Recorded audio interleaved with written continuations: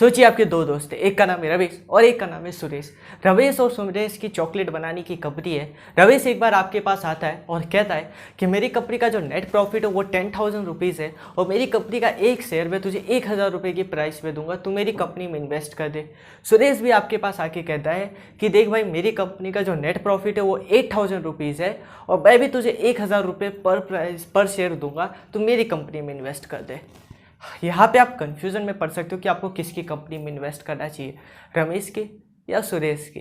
देखो, जब भी आप ऐसे किसी कंफ्यूजन में पड़ते हो कि जब आपको दो कंपनी को कंपेयर करना होता है तो यहाँ पे हम यूज़ करते हैं कुछ वैल्यूएशन रेशो, और उन्हीं वैल्यूएशन रेशो में जो सबसे ज़्यादा यूज़ होने वाला कॉमन रेशो उसे कहते हैं PE ratio, also price to earning ratio. ये रेशो के बारे में आपने जरूर कहीं ना कहीं सुना होगा, PE ratio, price to earning, news या फिर किसी भी जगह पे एज अ इन्वेस्टर बहुत लोग, बहुत ही एनालिस्ट पीई रेशो को अपनी इन्वेस्टमेंट पे यूज़ करते ही करते हैं, बट बहुत लोग इसका मिस यूज़ भी कर देते हैं जिन्हें पीई रेशो के बारे में कम्प्लीटली नहीं पता रहता।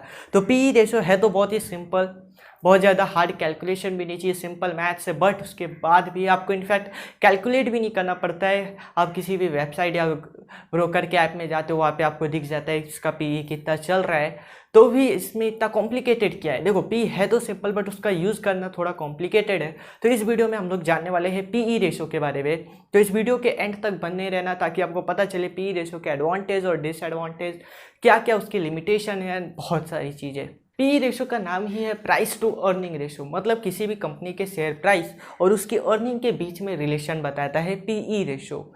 इसका फॉर्मूला भी बहुत सिंपल है, आपको जो शेयर का प्राइस है उसको अर्निंग पर शेयर से डिवाइड कर देना है। बहुत ही सिंपल फॉर्मूला है, बट ये अर्निंग पर शेयर क्या है ना, देखो, अर्निंग पर शेयर मतलब वो होता है कि कंपनी की जो एक शेयर पे उसकी कितनी अर्निंग है। फॉर एग्जांपल, अगर जो हम रमेश का ले लें, उसका नेट प्रॉफिट 10,000 रुपीज़ है डिविडेंड टैक्स हटाने के बाद, उसके समझ लेते हैं मार्केट में 100 शेयर है, तो हम 10,000 को डिवाइड कर देंगे 100 से, तो उसका जो अर्निंग पर शेयर आएगा वो 100 रुपीज़ आएगा। बहुत सिंपल है, जस्ट लाइक बचपन में हमने पढ़ा रहेगा 5th 7th में मैथ्स में, अगर जो 10 चॉकलेट है और 10 बच्चे हैं तो एक बच्चे को कितना चॉकलेट मिलेगा, तो हम 10 डिवाइड बाई 10 कर देंगे और एक बच्चे को एक चॉकलेट देंगे। उसी तरह अगर जो कंपनी का नेट प्रॉफिट 10,000 रुपीज़ है और उसके बाहर 100 शेयर है, मतलब उसके एक शेयर पे आपको कितना प्रॉफिट मिलेगा, तो वो होगा उसको डिवाइड करके, मतलब नेट प्रॉफिट और उसके टोटल शेयर्स को डिवाइड कर दो, आपको मिल जाएगा earning per share. Earning per share को कैलकुलेट करने के और भी बहुत तरीके, बहुत सारे मेथड है, बट इस वीडियो में आप लोग बहुत सिंपल अर्निंग पर शेयर जो टीटीएम होता है, मतलब लास्ट 12 मंथ का ज़्यादातर यूज़ होता है अर्निंग पर शेयर, तो हम उसी अर्निंग पर शेयर को समझेंगे, बाकी अर्निंग पर शेयर किसी और वीडियो में। तो जैसा कि हमने रमेश का अर्निंग पर शेयर तो निकाल लिया, 10,000 डिवाइड बाई 100 आया 100 रुपीज़। उसी तरह चलिए निकालते हैं सुरेश का अर्निंग पर शेयर। सुरेश का अर्निंग पर शेयर, उसका नेट प्रॉफिट है 8,000 और इसका भी हम मान लेते हैं कि उसका जो आउटस्टैंडिंग कॉमन शेयर है मार्केट पे वो है 100, तो इसका अर्निंग पर शेयर हो गया 80 रुपीज़। अब आते हैं पीई रेशो पे, मतलब प्राइस टू अर्निंग रेशो निकालना इन दोनों ही कंपनी का। पी निकालने के लिए हम सिंपली कंपनी का जो शेयर प्राइस है उसके अर्निंग पर शेयर से डिवाइड कर देंगे। तो रमेश का शेयर प्राइस था 1,000, अर्निंग पर शेयर था 100, उसको डिवाइड करते तो हमें पीई मिल जाता है 10। और उसी तरह जो हम सुरेश के अर्निंग पर शेयर को, नहीं सॉरी, प्राइस को, मतलब 1,000 को 80 से डिवाइड करते हैं तो हमें मिलता है 12.5। तो अब हमें पीई तो मिल गया, एक का 10 है, एक का 12.5 है, तो हम किस में इन्वेस्ट करें, रमेश में या सुरेश में। देखो, एज पर पीई जिसका पीई कम होता है हम उस शेयर को अंडर वैल्यू कहते हैं, और जिसका पीई ज़्यादा होता है उसे ओवर वैल्यू कहते हैं। शेयर मार्केट में कोई भी शेयर आपको सस्ता या महंगा नहीं है, ऐसा नहीं 100 रुपये का शेयर सस्ता है और 1,000 रुपये का शेयर महंगा है। हम शेयर प्राइस को डिसाइड करते हैं उसके अंडर वैल्यूड या ओवर वैल्यू होने से, मतलब उसका जो इंट्रिंसिक वैल्यू है, जो उसका ट्रू वैल्यू होना चाहिए, वो हर इन्वेस्टर के लिए अलग होता है इंट्रिंसिक वैल्यू, लेकिन उसके जो अगर जो वो इंट्रिंसिक वैल्यू के नीचे ट्रेड कर रहा है तो हम उसे अंडर वैल्यू शेयर कहते हैं, और इंट्रिंसिक वैल्यू के ऊपर ट्रेड कर रहा है तो हम उसे ओवर वैल्यू शेयर कहते हैं। तो जब भी हम पीई रेशो यूज़ करते हैं तो हम इससे ये पता करते हैं कौन सा शेयर अंडर वैल्यू और कौन सा शेयर ओवर वैल्यू है। तो यहाँ पे एज पर पीई रमेश का शेयर अंडर वैल्यूड है क्योंकि उसका पीई 10 है और सुरेश का 12 है।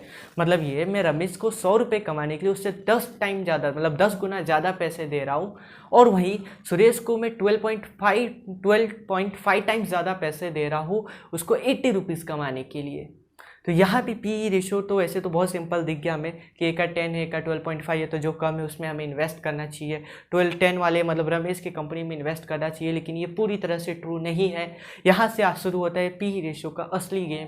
यहाँ से पता चलता है कि लोग कैसे मिसलीड हो जाते हैं पी रेशो को। तो अब जानते हैं पी रेशो की लिमिटेशन और एडवांटेज और डिसएडवांटेज। ओके, तो फर्स्ट लिमिटेशन आता है, उसे कहते हैं इंडस्ट्री टू इंडस्ट्री। जब भी हम पी रेशो का यूज़ कर रहे रहते हैं तो हम किसी भी कंपनी के उसके जो शेयर प्राइस है उसकी अर्निंग के बीच का रिलेशन दूसरी कंपनी के शेयर प्राइस और उसके अर्निंग के रिलेशन को कंपेयर करते हैं। लेकिन जब भी आप पीई यूज़ कर रहे हैं किसी भी दो कंपनी के लिए, वो बहुत जरूरी है वो एक ही सेम सेक्टर की हो। फॉर एग्जांपल अगर जब एशियन पेंट्स की पीई की बात करता हूँ तो वो है 96 और टाटा स्टील का पीई है जो अभी करेंटली चल रहा है वो 6.55। तो मैं ये क्या कह सकता हूँ कि मतलब टाटा स्टील अंडर वैल्यूड है as compared to Asian Paints? नहीं, गलत होगा। देखो, एशियन पेंट्स जो है वो अलग बिजनेस है, उनका जो बिजनेस है वो केमिकल और पेंट्स इंडस्ट्री में है, और टाटा स्टील का बिजनेस है स्टील इंडस्ट्री का। तो मुझे टाटा स्टील को किसी दूसरी स्टील इंडस्ट्री में काम करने वाली कंपनी से कंपेयर करना चाहिए, जैसे JSW स्टील हो गया। अब अगर जो JSW स्टील का जो पी है वो है 20, टाटा स्टील का 6.5, तो इसका मतलब ये हुआ टाटा स्टील अंडर वैल्यूड है पीई की देखे तो। ऐसा ज़रूरी नहीं कि अभी टाटा स्टील में बाई करना चाहिए, इसको हम आगे समझेंगे। तो फिर सिर्फ पीई को देखोगे तो बहुत ज़रूरी है, आप सेम सेक्टर के देख रहे हो। टाटा स्टील JSW दोनों स्टील है। और उसके बाद industry average, for example steel industry का जो एवरेज होता है वो होता है 15 और टाटा स्टील 6.5 चल रहा है। तो ये दोनों ही फैक्टर से टाटा स्टील एक अंडर वैल्यू शेयर कह सकते हैं।